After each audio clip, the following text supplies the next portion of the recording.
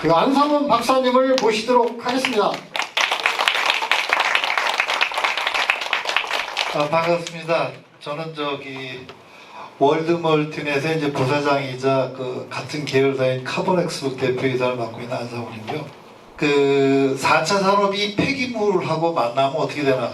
저도 너무 질문이 포괄적이라 가지고 이 주제를 보고 저희가 지금 하고 있는 거는 이 재활용을 자동으로 회수해주는, 근데 그냥 회수가 아니라 보상을 해주는 거죠.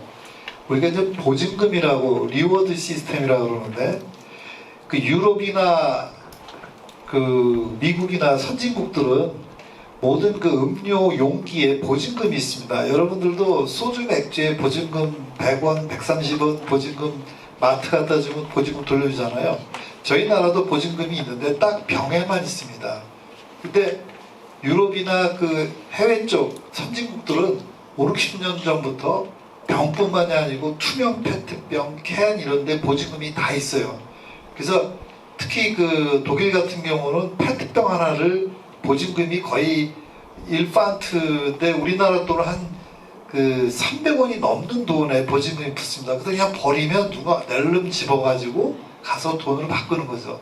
그러니까 용기류, 이 음료 용기가 쓰레기가 아니라 돈으로 바꿀 수 있는 보상이 되는 그 물건이니까 그걸 자동으로 사람이 일일이 회수하기가 좀 불편하니까 무인 매입기를 갖다 놓은 거, 역자판기라고 그러죠. 리버스 밴딩 머신이라고 그러는데 그런 것들을 이제 많이 설치를 했습니다. 그래서 저도 한 16년, 17년 전에 처음으로 우리나라도 곧 그렇게 될 거다라고 이 장비 개발을 사업을 시작했는데 굉장히 우리 좀 너무 늦어요. 늦고 최근에 많이 좀 바뀌었습니다.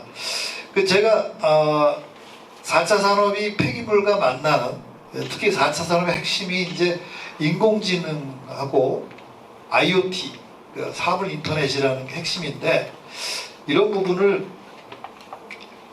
만나게 되면 어떻게 되나라고 저도 한번 요즘에 그 여러분들도 잘 아시겠지만 챗 GPT 그 인공지능 채팅 그게 유행이지 않습니까?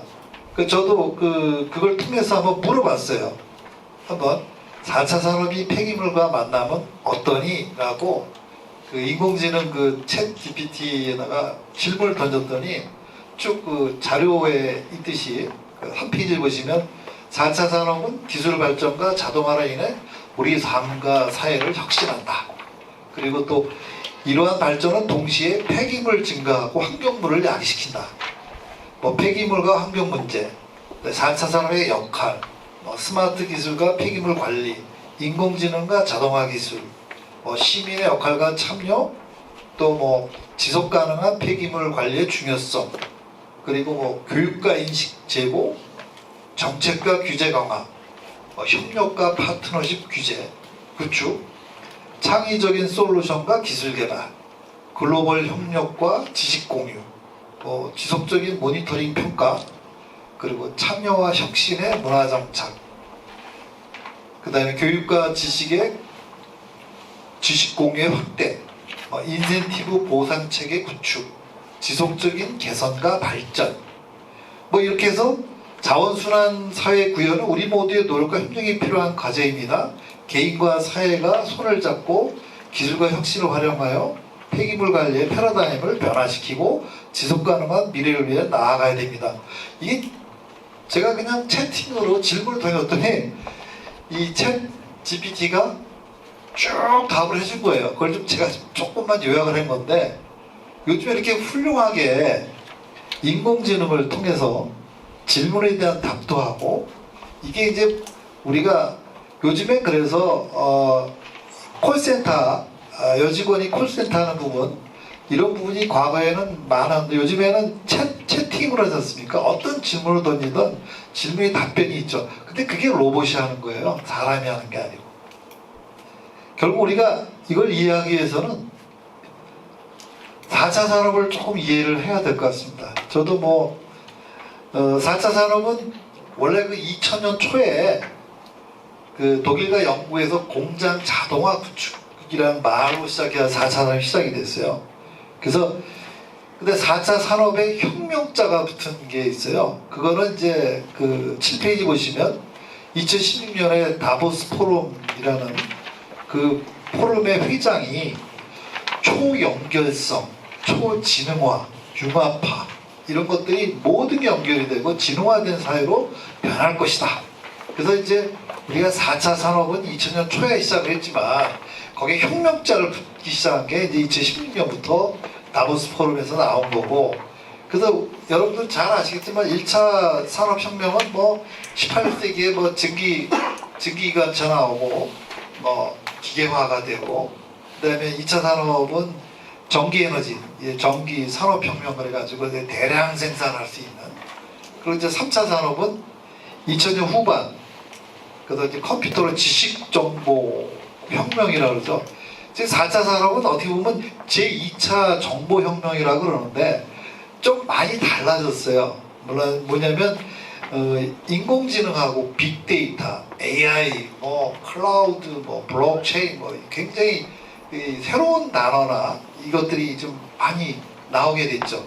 그래서 4차 산업의 핵심 기술은 일단 디지털 기술, 그 다음에 바이오 기술. 바이오라는 건 생물의 정보, 그 다음에 뭐 여러 가지 그 유전공학, 생물학 뭐 이런 거, 또 물리학 같은 경우는 뭐 그 현실 공간과 가상 공간을 막 이렇게 표현하고, 또 나노라든가 신소재, 대체 에너지, 뭐 3D 프린팅 뭐 이런 등등이 이제 4차 산업 혁명의 핵심 기술들입니다. 여러분들은 그 은연중에 피부로 조금씩 와닿을 거예요. 그러니까 이게 정리해 놓은 거고, 책을 보면. 그래서 그 9페이지를 보시면 4차 산업의 특징은, 이제 4차 산업의 특징은 뭐냐면 에너지를 주로 재생에너지를 쓴다는 거죠. 과거에는, 요즘에 그 여러분들 그 전기 고지서를 이렇게 보면 뒤에 보면 전기가 1kW당 얼마 금액이 오른다는 게 깨알만한 글씨로 돼 있어요. 거기에 보면 뭐라 되어 있냐면 뭐 그 화력 발전소를 줄이고, 또 거기에 이제 그 기후 감축 변화에 대한 비용과 이런 걸로 인해서 키로당 얼마씩 몇 원씩 올린다 하고 그렇게 돼 있어요. 그러니까 우리도 모르게 이제 국민들이 다 탄소세라는 걸 물고 있어요. 간접적으로. 이제 국가가 이게 탄소를 막 발생시키면 억제하거나, 이제 그 화석원료의 대표적인 게 석탄이지 않습니까? 증기기관차 석탄으로 막 돌리잖아요. 근데 석탄을, 화력발전소를 좀 없애고 있잖아요. 그 없애면서 이제 신재생에너지로 많이 한다면, 예를 들면 뭐 풍력, 그 다음에 태양광, 조력, 그 다음에 바이오매스 같은 걸로 돌린다든가, 이제 원자력도 이제 신재생에너지인데 주로 이제 탄소를 줄이는 쪽의 에너지로 해서 전기를 발생시키는 거죠. 그래서 이제 전기 에너지가 대표적인 에너지긴 한데, 그 전기를 만들기 위해서 여러 가지에 대한 어떤 발전소에 대한 소스들이 과거에는 뭐 수력이나 석탄 위주로만 돼 있는데, 이제 거의 석탄은 이제 서해 바다의 영웅발전소 같은 데 가면 365일 큰 배가 설정이 돼 있어서 거기에 365일 석탄이 컨베이어 벨트로 들어가고 있습니다. 거기서 때는 이제 전기를 생산하지만 그걸 통해서 이산화탄소도 엄청나게 발생해요. 그래서 지금 또 센서, 바이오라든가 또 사물인터넷은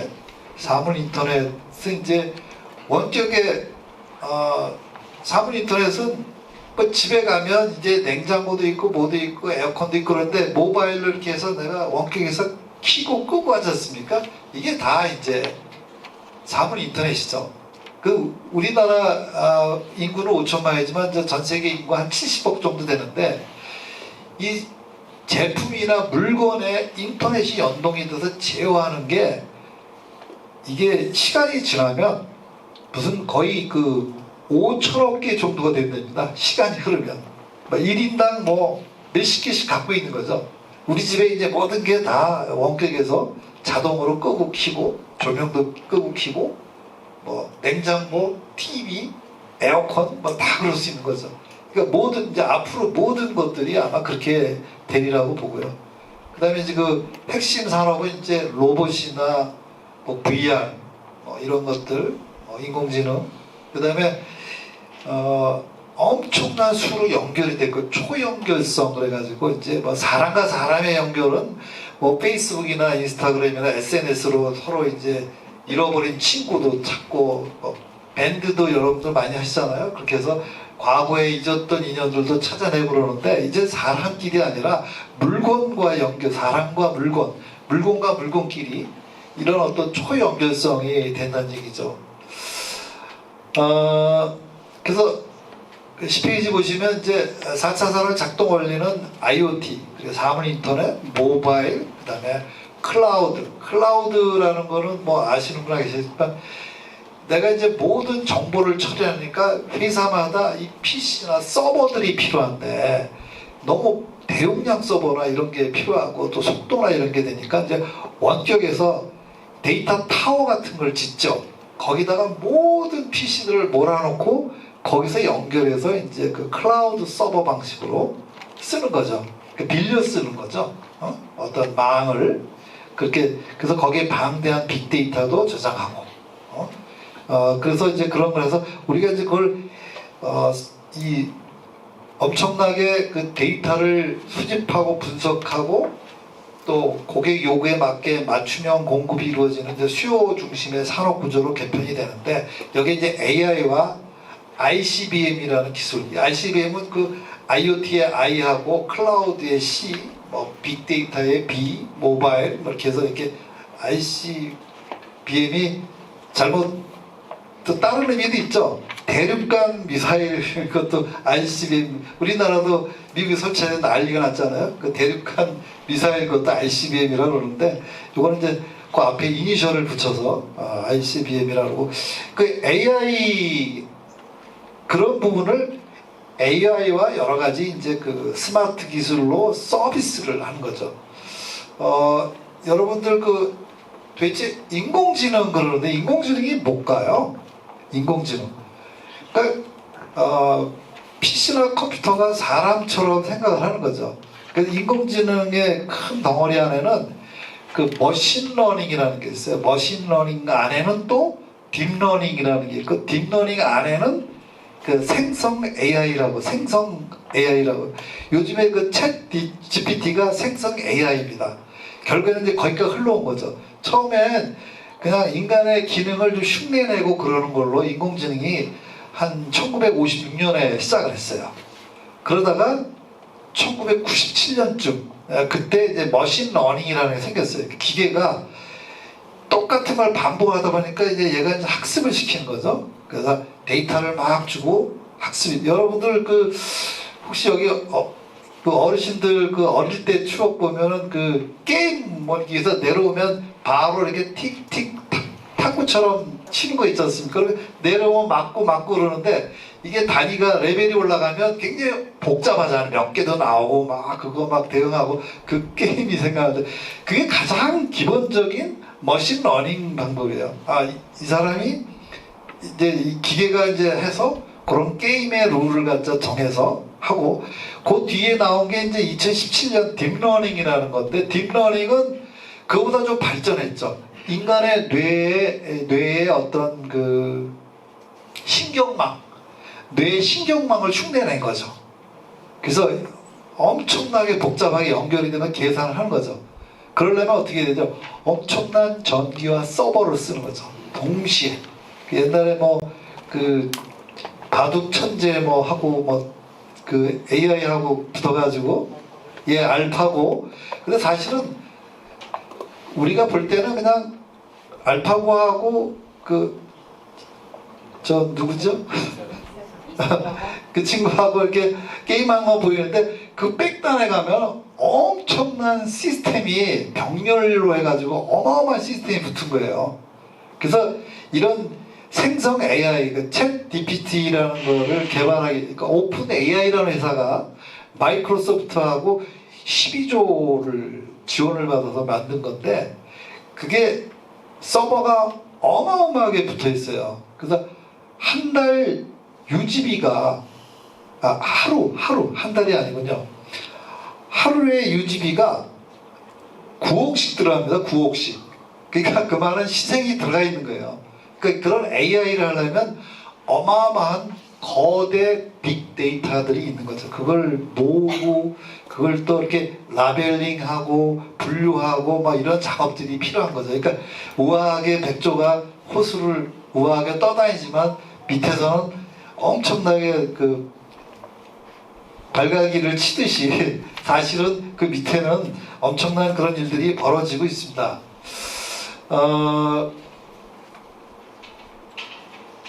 그래서 이제 뭐 우리가 뭐 IoT나 뭐 클라우딩 빅데이터 이런 것들이 딥러닝이라는 걸로 해서 여러 가지 서비스로 보면 뭐 이제 전자상거래, 유통, 제조, 금융, 뭐 자율주행차. 여러분들 자동차 중에 현대자동차, 기아, 우리나라 자동차인데 기존에는 전부 그 가솔린 엔진이었잖아요. 요즘에 R&D 비용으로 가솔린 엔진 한 푼도 안 씁니다. 전부 뭘로 해요? 전기 자동차로 하죠. 내연기관 이제 개발 안 합니다. 그 앞으로는 전부 과거에는 하이브리드로 좀 했다가 지금은 전부 전기 자동차. 전기 자동차는 배터리로 가는 거죠. 이제 전자 제품이에요. 자동차가 소리도 안 나잖아요. 쓱 가고 뭐 그러니까 이런 식으로 결국에는 배터리 부분하고 반도체 칩 이런 걸로 결정이 되는 거죠. 우리나라가 참 자랑스러운 건 뭐냐면 IoT 4차 산업혁명의 가장 핵심의 산업으로 가면 결국에는 반도체하고 2차 전지거든요. 근데 두 가지를 제일 잘해요. 대한민국이 엄청 잘해요. 그래서 대한민국이 앞으로 계속 발전할 거다. 왜냐면 그 핵심을 잡고 가는 거예요. 그리고 요거는 이제 우리 그 스타벅스 여러분들 그 스타벅스 아시잖아요. 그 스타벅스 회사가 뭐 하는 회사일까요? 커피 파는 회사로 시작했죠. 지금 스타벅스가 커피 파는 회사일까요? 아니에요. 스타벅스가 현금 유동성이 현금을 모아는 게 몇 조예요, 몇 조, 국내에서도. 그래서 시중은행 5위 안에 드는 돈을 갖고 있어요. 그 돈을 뭐 할까요? 금융업도 하고 뭐 다요. 그러니까 지금 커피 파는 회사가 아니라 복합적인 그런 걸 빅블로 현상이라고 그러는데 막 합치는 거죠. 초융합으로. 그래서 뭐 아마존 그러면 다 하잖아요. 아마존이 옛날에 책 팔고 그랬던 인터넷 책 팔고 했는데 지금 다 하잖아요. 그처럼 모든 이제 4차 산업은 그냥 다 머지하고 융합한다고 보시면 됩니다. 그래서 이제는 모든 게 연결이 돼 있고 거대 빅데이터. 사실 스타벅스가 그렇게 돈을 모으게 된 건 뭐예요? 제가 볼 때 상품권이죠. 쿠폰. 돈 주고 상품권 사가지고 선물하잖아요. 그러니까 나중에는 언젠간 고객들이 써먹을 때지만 현금 보유율이 어마어마한 거예요. 이자만 갖고도 뭐 돌려서도 어마무시한 거죠. 그러니까 이제 그 스타벅스 같은 회사를 커피 파는 회사라고 단정 지으시면 안 돼요. 거기는 아주 굉장히 큰 금융회사일 수도 있고 제조회사일 수도 있고 뭐 엄청나게 성격이 복잡한 회사가 됐습니다. 근데 이제 중요한 건 제가 이 자연순환 쪽에 그 환경 쪽 재활용을 어떻게 잘 효율적으로 회수하는가의 시스템 장비를 만들다 보니까 우리 4차 산업에서도 이런 폐기물 관리하는 이런 것들이 과연 괜찮을까 한번 봤어요. 물론 4차 산업의 어떤 스마트 기술들이 스마트 서비스로 발전하는데 그 서비스에는 뭐 여러 가지가 있잖아요. 뭐 금융도 아까 말씀드렸듯이 금융 수많은 제조 뭐 이렇게 있는데 거기에 보면 스마트 시티도 있는 거예요. 스마트 시티. 도시 하나가 스마트화된 거죠. 오늘 저도 이렇게 서울에서 쭉 내려오는데 하이패스 옛날에는 하이패스 게이트가 있어서 게이트에 가서 이제 그 게이트를 지나면 자동으로 찍히든지 줄을 쫙 서가지고 했는데 요즘에 어때요? 그냥 크게 게이트가 거의 없죠. 있는 데도 있지만 휙 지나가면 카운트 되잖아요. 그게 어떻게 보면 간단한 스마트 시티의 하나의 예죠. 이제 나도 모르게 카운터가 다 되는 거예요. 응? 그런 부분들, 그런 어떤 여기에 뭐 여러 가지 그 디바이스나 산업이나 서비스, 이제 점점 기술과 디바이스하고 산업이 점점 이제 그 개인의 특성에 맞는 서비스들로 지능화돼 있고 스피드화되고 뭐 헬스라든가 뭐 여러 가지 이 물건을 산다든가 자원을 뭐 한다든가 이 모든 것들이 그 스마트한 서비스로 많이 바뀌어가고 있습니다. 일단 수거부터 버리면 수거를 하지 않습니까? 수거를 하는데 일반 쓰레기 제주도에 가면은 시범 사업을 하는 게 있어요. 뭐냐면 보통 쓰레기 종량제 봉투에 넣고 쓰레기 버리잖아요.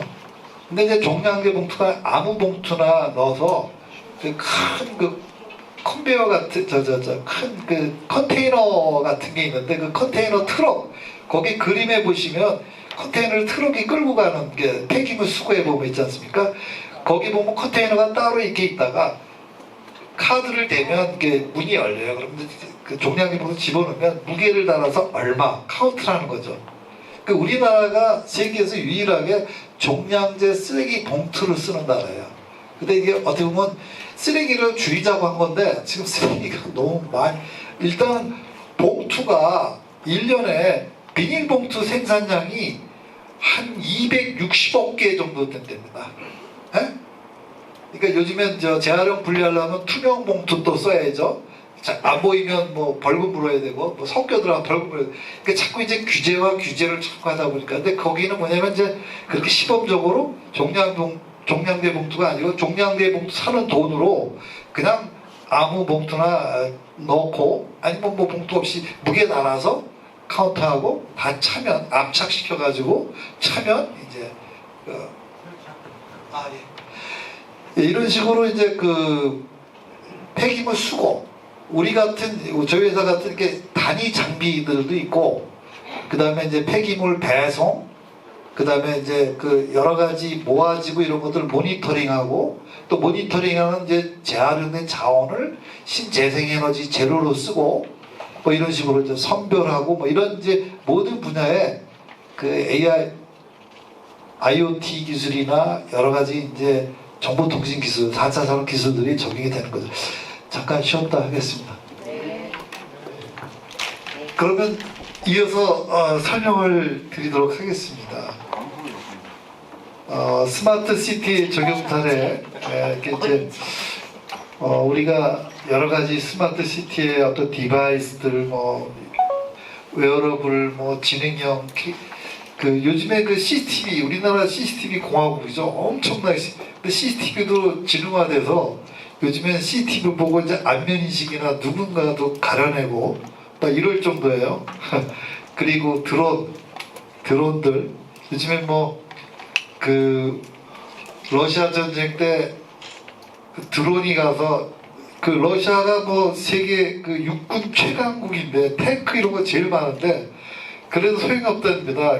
러시아 드론 가가지고 폭탄 하나 뻥 터뜨리니까 그냥 팍팍 다 엎어지니까 드론 여러 가지 산업으로 보면 스마트팜 자율주행 지속 가능 등등 아까 말씀드린 이런 이제 폐기물 분야에 이제 국한에서 한번 보면 이런 부분인데 사실 폐기물의 가장 큰 문제는 이 플라스틱 수거하고 재활용 문제 이게 어떤 문제가 있는지 한번 BBC 영상이 하나 있는데 이게 드디어 좀 볼 수 있을 것 같으네요. We have huge issues with collection. A lot of countries don't have efficient collection infrastructure. So a lot of these plastics do not get recycled.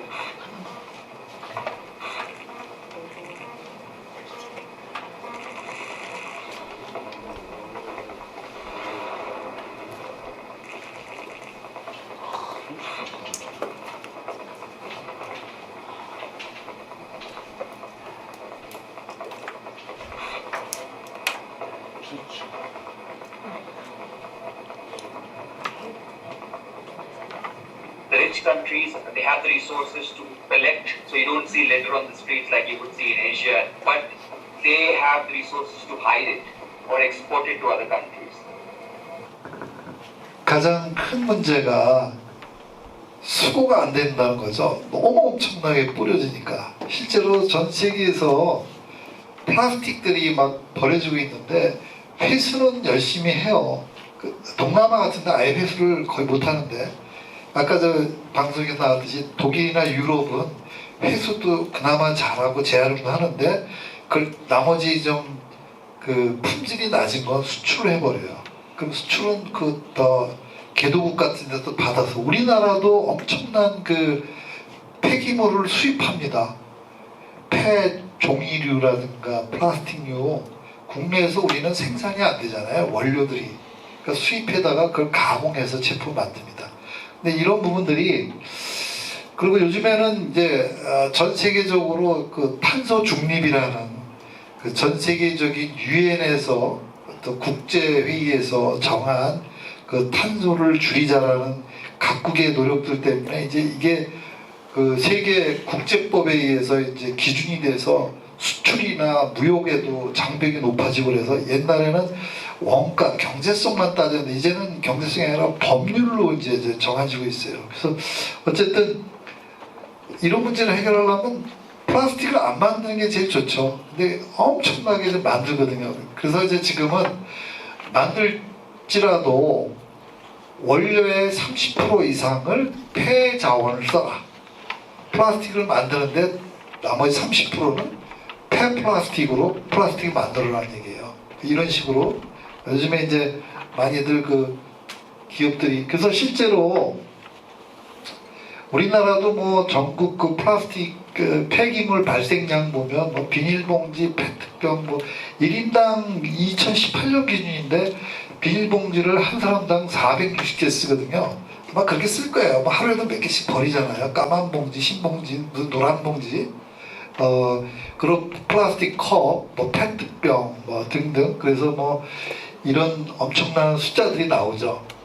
그리고 우리나라도 이제 이런 부분이 있고, 여기 보면 아까 제가 서두에 보증금 제도라는 게 있는데, 아까 말씀드린 대로 유럽이나 미국이나 이 선진국들, 그러니까 환경 선진국이라 그러죠. 북유럽이나 이런 데는 이 음료 용기들의 90%가 다 회수가 돼요. 90%가 회수가 돼서 그걸 다시 또 재사용을 하는 거로. 아까 그 동영상에 잠깐 있듯이 코카콜라도 이제 투명 페트를, 얘들은 투명 페트병 같은 경우는 찌그러뜨려서 파쇄해서 플레이크로 만들고 칩을 만들어서 이렇게 실처럼 만들어서 다시 페트도 만들고 오수루도 만들고 이제 이런 원료를 쓰는데, 다시 페트를 녹인 걸 페트로 만들어서 쓰는 그 기업들이 있어요.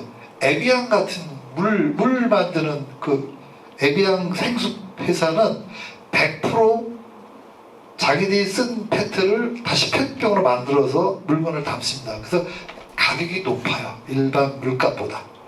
그런 이제 그거는 뭐냐면 자기들의 철학이죠. 그리고 그 비싼 값으로 수출도 해요. 근데 기업들이, 국가들이 기꺼이 비싼 값으로 수입해서 팝니다. 우리나라도 뭐 소매점 가면 소매점에 에비앙 거의 없긴 하지만 기본적으로 에비앙이 뭐 1,몇백 원, 2,000원 해요. 호텔에서 5,000원 넘게 받아요, 물값을. 그럼에도 불구하고 그런 환경 친화적인 제품이라고 해서 기꺼이 삽니다. 사고. 그리고 우리 같이 뭐 이렇게 플라스틱을 새로 만들어서 담아서 팔고 이런 보다 훨씬 비싸잖아요.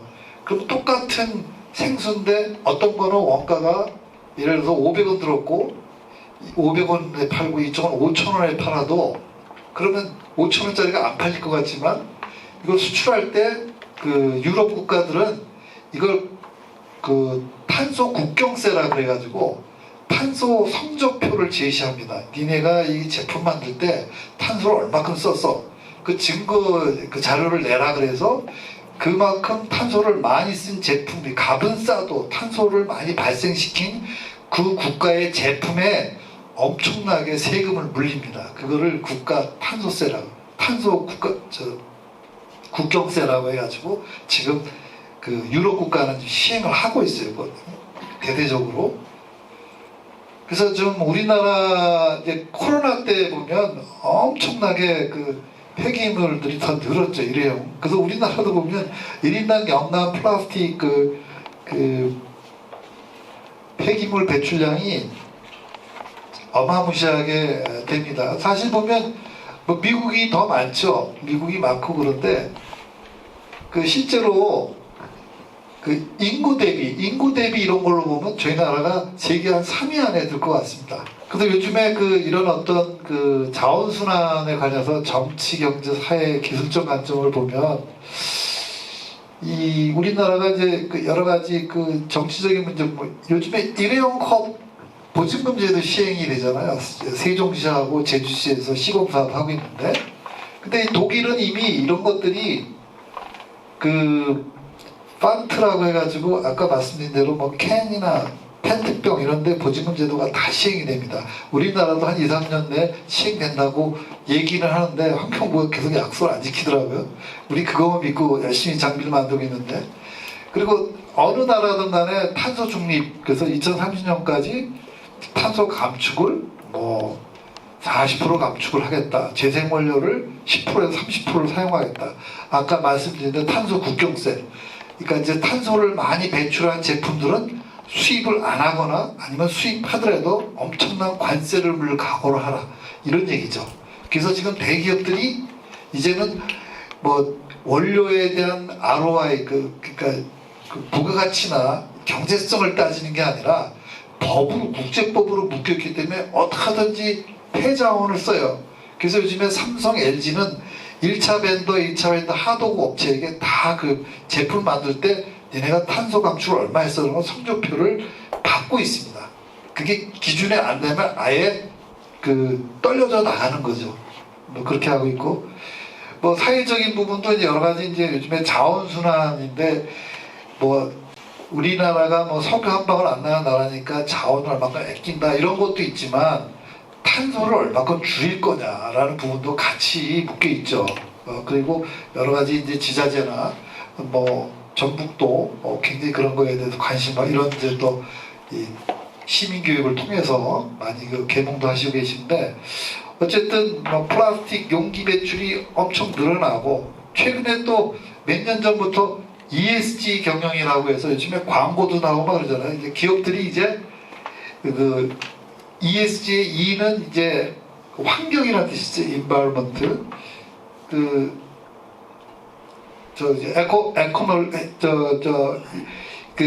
이 환경이라는 부분하고 뭐 사회적인 책임, 뭐 여러 가지 또 그 가버넌스 해가지고 뭐 주주들이나 직원들이나 이런 어떤 그 지배구조의 이해관계자들을 위한 뭐 여러 가지가 있는데, 요즘에 이제 환경 쪽을 굉장히 많이 생각을 하고 있죠.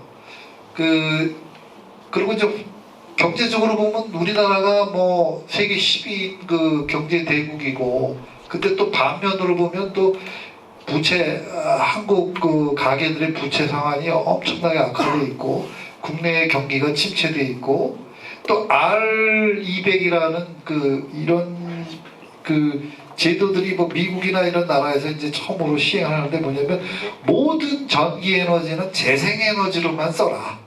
그리고 그 국가에서 나오는 걸 우선적으로 쓰겠다. 뭐 그래서 요즘에 한국도 자동차나 뭐 반도체나 이런 공장들을 미국에서 많이 세웁니다. 그래서 그런 이 무역 장벽을 좀 낮추기 위해서 여러 가지 기술적인 뭐 가상자산이니 뭐 그 플랫폼에 대한 대중화, 뭐 자동화, 친환경 소재 등등이 이렇게 여러 가지 그 자원순환과 여러 사회 경제, 사회, 뭐 기술 이런 측면에서 한번 살펴봤고요. 요거는 이제 좀 어려운 그 내용이긴 한데, 어떤 산업이든 간에 이렇게 진입기부터 성장기 이렇게 있는데, 저희 같은 이런 스마트 재활용 수거 시스템, 그러니까 무인으로 보상을 해주고 수익 자동으로 회수해주는 이런 장비들, 그러니까 스마트 리사이클링 수거 장비들 같은 경우에 시장이 국내에는 지금 이렇게 캐즘 아주 그 절벽 밑으로 푹 떨어진 듯한 느낌을 좀 갖고 있어요. 왜냐하면 저도 수많은 공무원들하고 얘기를 해보면 그분들은 공무원들이 원가 분석을 해요. 이거 투자해서 얼마나 회수하니, 뭐 얼마나 그 이익이 남니 이런 걸 따지더라고요. 사실은 그 정부는 이익을 내거나 손실을 내거나 그게 아니라 국민의 세금으로 국민을 편익을 도모해야 되는데, 그래서 처음에 이런 장비들이 나올 때는 기대치는 엄청나게 높았는데 막상 그 도입할 때 보면 장비값이 비싸니 뭐니 해가지고 잘 도입이 안 되고 있어요. 그래서 이제 여러 가지 그 세계적으로 유명한 그 톱라라는 회사가 있고 국내에 들어와 있는 회사를 얘기하는 겁니다. 그 저희하고도 그 과거에 기술 제휴도 하고 그런 회사였는데 세계 랭킹 1위 회사도 국내 대형마트에 보면 소주 맥주병을 갖다 드리면 보증금 주는 장비가 좀 통납게 들어가 있어요. 그리고 뭐 오이스터 에브리니 슈퍼빈이니 저희 회사들을 이렇게 이런 회사들이 국내에 있습니다. 그래서 저희가 이제 그런 어떤 이런 장비들을 스마트 리사이클 시스템이라 그러는데 동영상이 잘 안 돼서 동영상 틀어봤자 잘 안 나오는데, 우리가 이 스마트 리사이클 시스템을 말씀드리기 전에 조금 이해를 좀 돕기 위해서 재활용 수거, 이게 재활용을 수거하는 변화를 한번 봤어요. 이게 1세대에는 아주 제 어릴 때부터 이게 뭐 쓰레기차가 돌아다녔습니다. 동네방네. 그래서 이렇게 그 상차식이라 그러죠. 이렇게 올려서 막 쓰레기 버리고 이런 기억이 나고, 그 두 번째는 이렇게 이제 어디다 모아놓고 지역별로 이렇게 모아놓고 이제 수거해 가고 종량제 봉투가 시행이 된 거죠. 95년에 종량제 봉투를 시행을 했는데 아까 말씀드린 대로 세계에서 우리가 유일합니다. 종량제 봉투. 근데 종량제 봉투가 너무 웃기는 거예요. 왜냐면 20리터짜리를 어느 동네에서는 한 2,000원 받고 제일 비싼 데는 4,000원 받아요. 가격이 틀려요. 왜 그럴까요? 그 종량제 봉투의 가격으로 그 쓰레기를 처리하는 비용에 행정비용, 청소 행정비용 일부를 씁니다. 근데 30%도 그 커버가 안 된대요. 계속 늘어나요. 서울 같은 경우는 25개 구가 있는데 한 구당 1년 동안에 쓰는 그 청소 행정비가 이제 조 단위로 접근하기 시작했어요. 어마무시하게 늘어납니다. 그러니까 이게 점점 우리가 눈에는 안 보이지만 그 결국 국민들이 낸 세금이 그렇게 비중 높게 간다는 얘기죠. 하여튼 그리고 이제 3세대는 이제 공동주택 주도에 이제 이렇게 잔뜩 모아놓으면 이제 수거에 가는 거죠. 그 다음에 조금 나은 게 이제 3세대 중에서 이렇게 통들을 갖다 놓고 이제 장비들이 서서히 나오기 시작했고, 저희가 앞으로 갈 거는 뭐냐면 이렇게 여러 가지 이 자동화 장비들을 모아놓고 거점 방식의 자동화 방식을 겸하는 이런 부분이고, 또 앱이나 이런 걸 통해서 정확하게 이제 분리 배출하는 행동에 대해서 격려하고 이런 시스템들을 우리가 앞으로 좀 4세대로 가야 될 방향이 아닌가 생각을 하고 있습니다. 그래서 에코 로봇이라고 그러는데 이게 밴딩 머신의 반대의 역자판기죠. 리버스 밴딩 머신은 이렇게 넣으면 얘가 이제 센싱을 해서 얘가 투명 페트냐 아니면 캔이냐 병이냐 이렇게 분류해서 그 분류한 것을 정확하게 인식해서 압착이나 파쇄하는 그런 역할을 하는 게 이제 에코 로봇이라고 그러는데, 이게 저희는 뭐냐면 이런 것들을 이제 육가성 있는 이 자원을 분류해서 분리 압착하고 제어하고, 그 다음에 거기다 이제 중요한 건 포인트를 주는 거죠. 리워드 10원이 됐던 얼마든 탄소 포인트든 뭐든, 그래야지 보상이 있어야 사람들이 동기부여가 되지. 보상이 안 되면 잘 안 하죠. 안 하다 보니까 저희가 이런 어떤 보상과 또 IoT 기술이 접목돼서 이제 어떤 동기부여를 좀 하자. 감성적으로는 내가 이 캔 하나 페트 하나 넣으면 이게 압착돼서 몇 g의 자산이 자원이 되지만 그걸 통해서 탄소 감축이 얼마나 저감이 되는지도 보여주는 이런 부분하고 또 하나씩 넣을 때 뭐 포인트를 얼마씩 준다든가 이런 이제 경제적인 저희가 갖고 있는 이런 장비들이 있는데 그 동영상이 좀 되나 모르겠어요.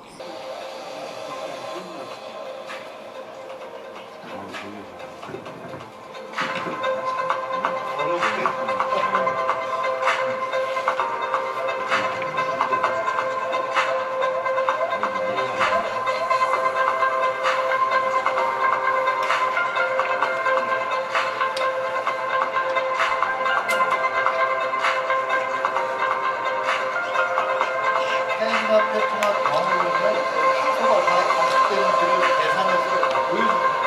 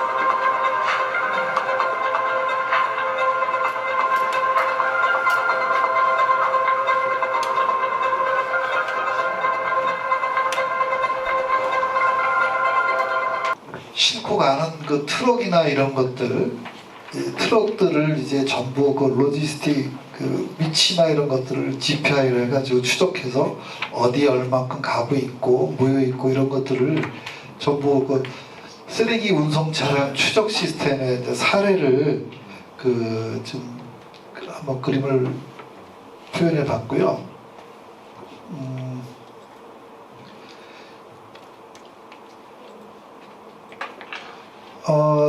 이런 이제 스마트 재활용 회수기에 대한 기술들이 사실은 제일 많이 발전한 게 북유럽 나라들입니다. 이미 50년 이전부터 이 보증금 제도가 막 시행이 되니까 이 편의점이나 슈퍼마켓 이런 데 다 장비들이 있어요. 그래가지고 뭐 독일만 해도 뭐 7만 개, 8만 개씩 설치돼 있고 그러는데 우리나라는 통틀어 봐야 1000개도 안 됩니다. 저희 장비도 일부 들어가 있지만 그래서 이런 어떤 이런 이 외국 북유럽의 기업들이 재활용을 인식하고 형상을 인식하고 그러는 것들은 카메라 기술이나 센싱 기술이나 뭐 이런 것들을 많이 씁니다. 그래서 하나의 그 샘플을 동영상을 하나만 보실게요. 톰나라는 회사에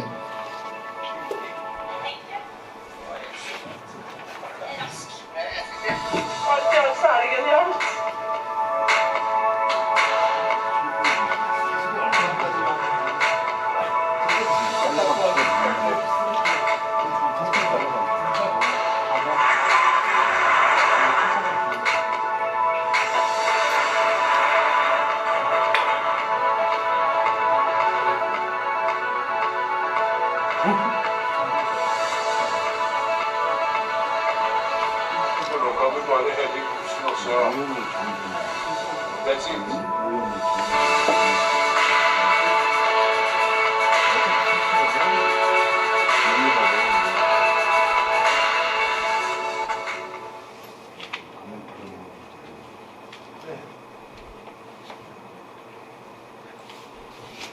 맞아요. 그건 저렇게 보면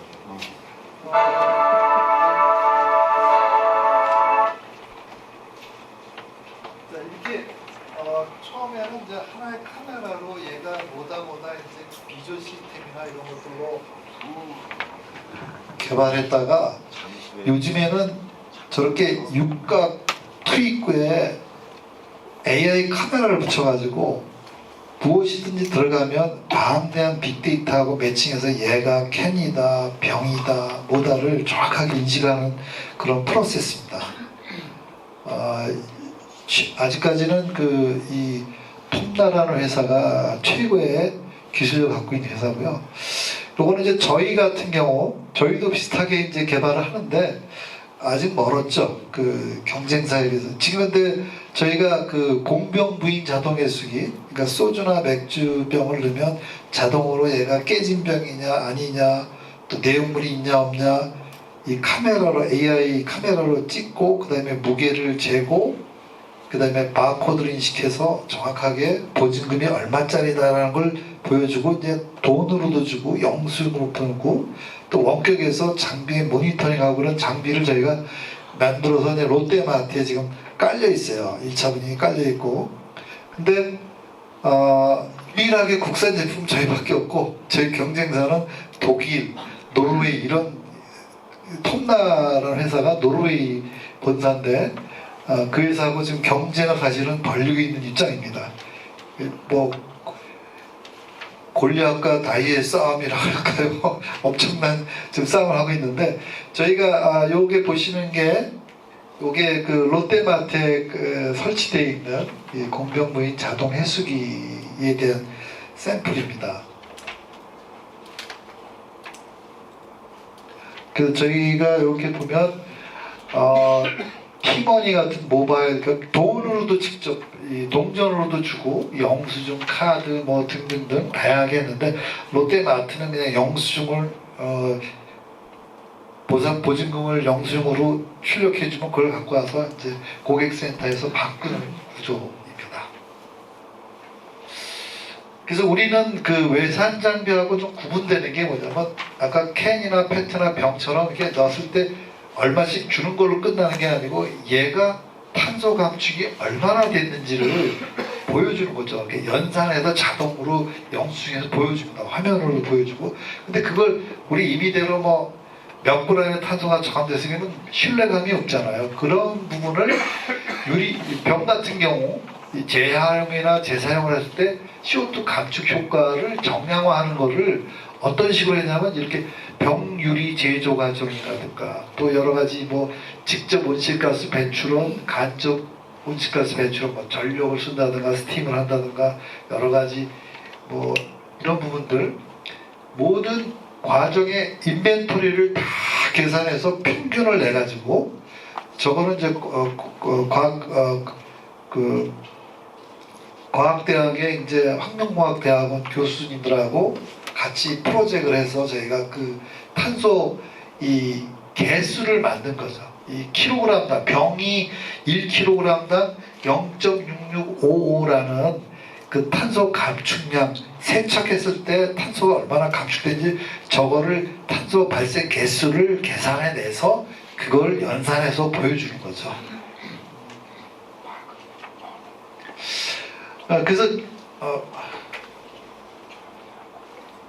저희는 단지 그 장비를 통해서 이제 자원을 얼마 회수하는 것도 물론 중요하지만 그걸 통해서 개인의 탄소 감축들을 좀 인식시키고 체감할 수 있도록 하는 게 저희 회사의 목표입니다. 그래서 저희는 이제 탄소를 감축하는 그 감탄소라고 해서 이 재활용에 대한 그 국민들이나 개인들에 대한 어떤 행동이나 용기에 대해서 보상해주고 격려해주는 그런 시스템을 좀 개발하고 있어요.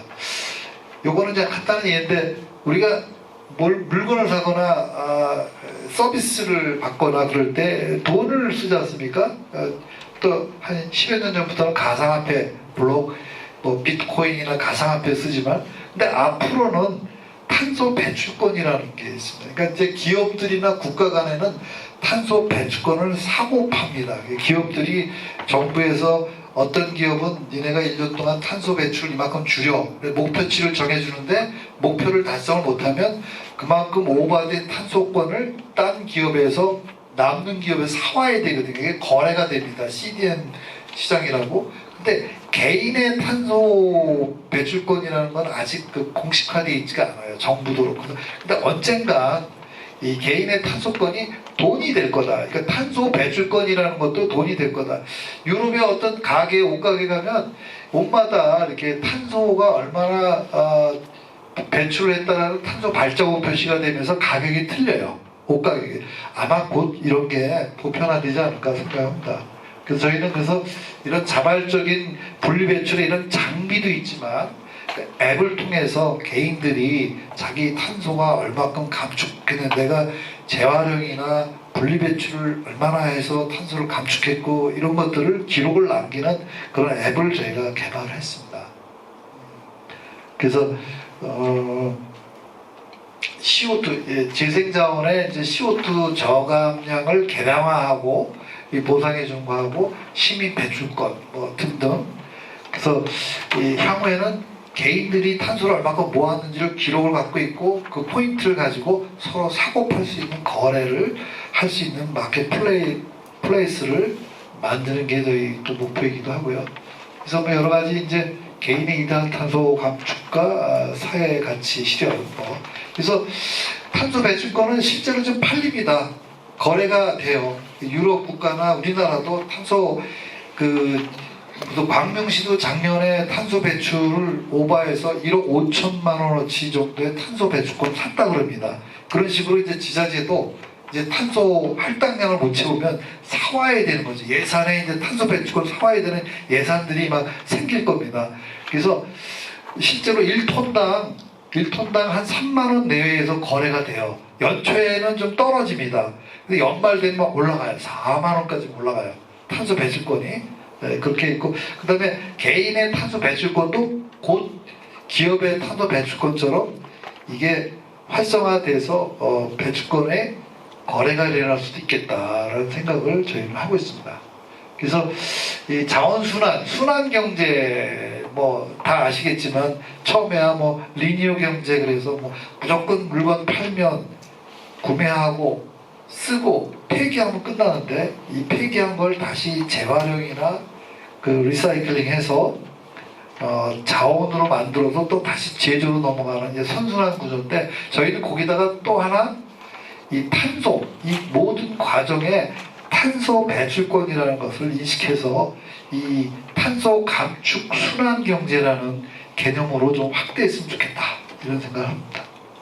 그래서 간단한 예로 이제 그 생수병 하나 500ml 흔히 먹는 생수병 하나를 우리가 만들려고 그러면 이 제조 전 단계, 제조 단계, 운송 단계, 사용 단계, 폐기 단계 해가지고 쭉 해서 285g의 CO2 배출을 합니다. 근데 이거를 버릴 때 뭐 땅에 묻거나 그냥 해서 이 열병합 발전소나 이런 데다 매각하거나 소각하거나 아니면 태워버린다면 없어지는데 이걸 다시 깨끗하게 다시 자원으로 돌리면 이 제조 전 단계 석유로부터 해서 플라스틱을 만들 이유가 없잖아요. 그래서 그렇게 해서 재활용을 하면 이만큼의 CO2 바툴 투 바툴이라고 해서 요즘에 루프 프로세스 그래가지고 이제 그 음료 회사들이 많이 아까 에비앙 같이 이렇게 하는데 이런 쪽에서 이만큼의 CO2 감축을 할 수 있다는 얘기죠. 그래서 뭐 탄소 배출 개수나 감축 개수 이런 것들을 좀 우리가 고민하고 있고 이제 아까 잠깐 사회 경제 정치 뭐 이런 쪽으로 볼 때 재활용이 이제 뭐 얼마 모아서 이게 돈이 얼마냐 따지는 것보다도 이제 환경이나 이 국가적인 연합의 문제이기 때문에 이제는 재활용이 이제 지금 엄청나게 기후 온난화 해가지고 기후 위기 있지 않습니까? 기후 위기에서 올 여름도 뭐 엄청 오늘도 보니까 30도가 넘더라고요. 2월 초순밖에 안 됐는데 내려오는데만 30도가 넘더라고요. 온도가 아마 점점 어디는 엘니뇨 현상이 곧 이제 뭐 바다가 뜨거워져가지고 어디는 뭐 계속 폭염이고 어디는 계속 홍수고 뭐 이런 이상 기후 위기들이 많이 생길 거라고 봅니다. 그래서 환경부나 뭐 이런 유엔이나 우리나라 환경부나 또 유럽이나 뭐 이런 뉴딜 정책이나 이런 데서 이제 모든 물건을 만들 때 재생원료를 써라. 그리고 뭐 재생원료를 안 쓰면 아예 수입을 안 하겠다 뭐 등등등 이런 문제들이 그래서 이제는 이 모든 기업들이 이제 폐자원을 자원으로 쓰는 노력들을 다 하고 있습니다. 갤럭시 S23 울트라 제품인데 이게 요즘에 울트라 광고를 보니까 이렇게 홍보를 하더라고요. 지구를 위해 모두를 위해 그래가지고 이 울트라 23 그 휴대폰을 설명하는데 보면 여기는 재활용 글래스, 여기는 재활용 페트필름을 썼고 여기는 재활용 글래스, 여기는 해양 폐기물 재활용 이런 식으로 저렇게 왜 했을까요? 수출해야 되니까 유럽에 해외 쪽에 그래서 지금 여기 보면 뭐 S펜은 뭐 내부 커버는 최소 20%의 해양 폐기물을 재활용한 거고 뭐 포리아미드 PA 소재로 돼 있고 인증 번호가 어떻고 이렇게 모든 제품을 이제 폐자원을 원료로 썼다라는 증거를 제시해야 됩니다. 성적을. 그래서 이제 이런 문제가 앞으로 이제 항상 벌어질 거예요. 그리고 조달 품목에도 제품 올릴 때 옛날에는 조달 가격이나 이런 거였는데 지금 그 조달에서도 모든 제품에 탄소 발자국을 넣어야 되는 걸 법률 검토를 하고 있답니다. 지금. 그래서 저희는 이제 그 이런 개인의 탄소 감축 활동을 기록할 만한 데이터가 없다.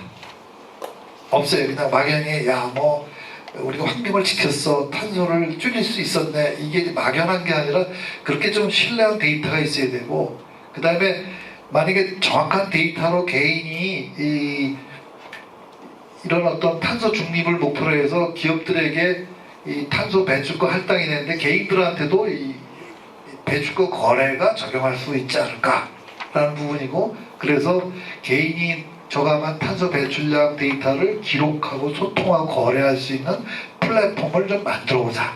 그 플랫폼을 이런 장비 디바이스와 그 다음에 그 데이터를 우리가 주는데 그 데이터를 누가 해킹하거나 고치거나 그럴 수 없도록 블록체인의 테크놀로지를 이용해서 그 포인트를 주자. 뭐 이런 등등. 그래서 우리가 갖고 있는 장비를 통해서 이렇게 해보자.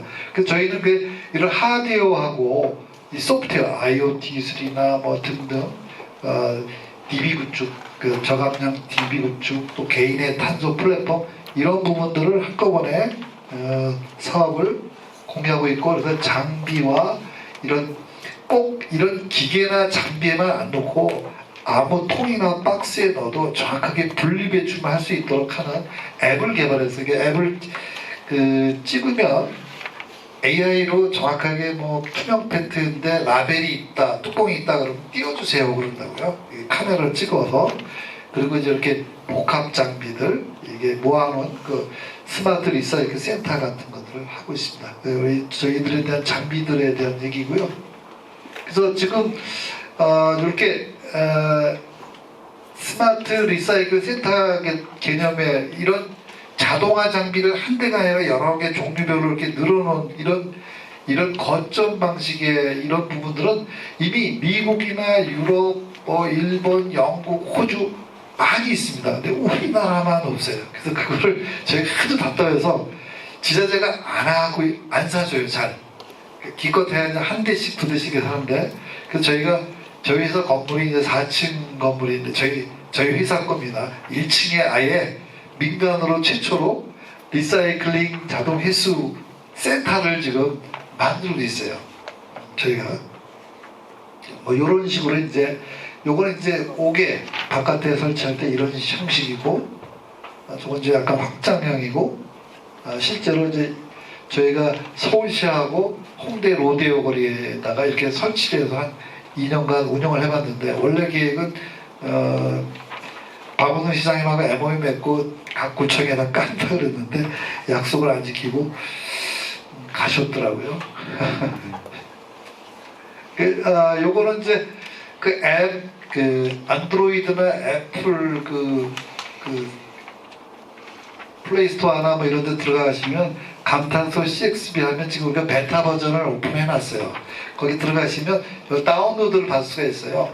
그래서 거기 다운로드 받으면 이렇게 카메라로 찍으면 이렇게 AI로 뭐 어떤 건 팩트고 병이고 뭐 이렇게 해서 이런 식으로 이제 어디에 자기가 그 배출하는 그 장소들을 좀 나타나게 하고 내가 얼마나 탄소를 감축했고 등등 이런 부분들을 볼 수 있도록 이렇게 저희가 만들어 놓겠습니다. 그래서 이 개인의 탄소 배출권을 인증서, 이 블록체인의 인증서 같이 이렇게 보여주기도 하고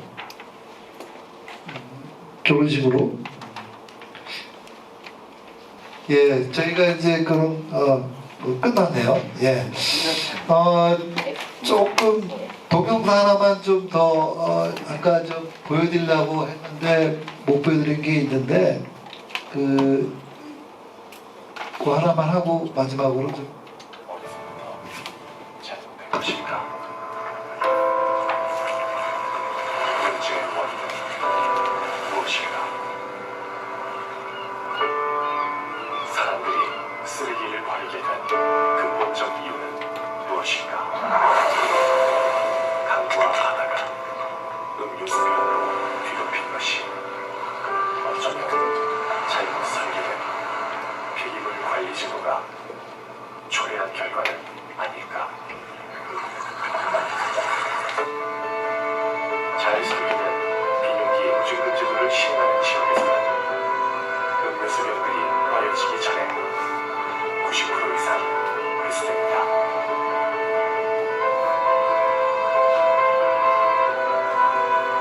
자세한 사항은 홈나 페이지를 방문하세요. 톰나 영업사원은 아니고요. 예, 톰나는 노르웨이 북유럽의 대표적인 그 국가의 기업인데 600만 정도의 작은 인구지만 그 국민소득이 세계 최고입니다. 거기에 이 사업이 매출이 한 1조 원이 넘고 뭐 이런 데인데 거기가 그렇게 성공하게 된 거는 그 환경 그 제도가 잘 돼 있는 거죠. 그래서 우리나라도 여기 이제 뭐 그 지방 정부나 이런 공무원들께서 환경부 특히 환경부 이런 데서 좀 우리도 이런 자원순환에 대한 재활용 뭐 순환법이나 이런 것들을 좀 더 국민들 눈높이와 입장에서 좀 잘 제도를 좀 더 보강하고 발전시켰으면 좋겠다는 생각으로 강의를 마치도록 하겠습니다.